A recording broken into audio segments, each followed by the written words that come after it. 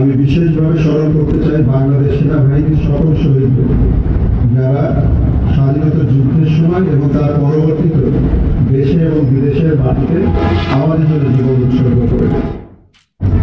বাংলাদেশ সেনাবাহিনীর চাকরি অত্যন্ত চ্যালেঞ্জিং। এটা অনেকেই বুঝতে পারবে না, যারা সেনাবাহিনীতে চাকরি করেছে শুধু তারাই বুঝতে পারবে। আমাদের কঠোর All Time Roma. Taste it, love it. শৃঙ্খলার ভিতরে থেকে কঠোর প্রশিক্ষণ নিয়ে সবসময় প্রস্তুত থাকতে হয় জীবন বিসর্জন দেওয়ার জন্য।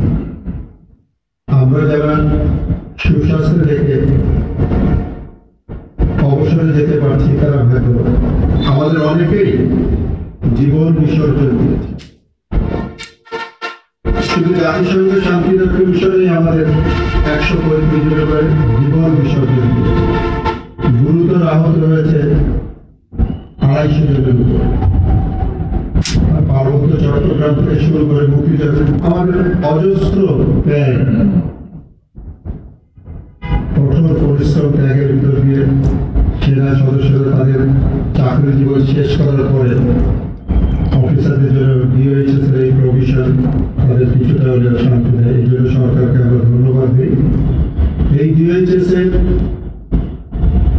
লিভিং স্ট্যান্ডার্ড এবং কন্ডিশনকে ইমপ্রুভ করার জন্য সবসময় আমি জানি ডিওএইচএস পরিষদ সচেষ্ট থাকে।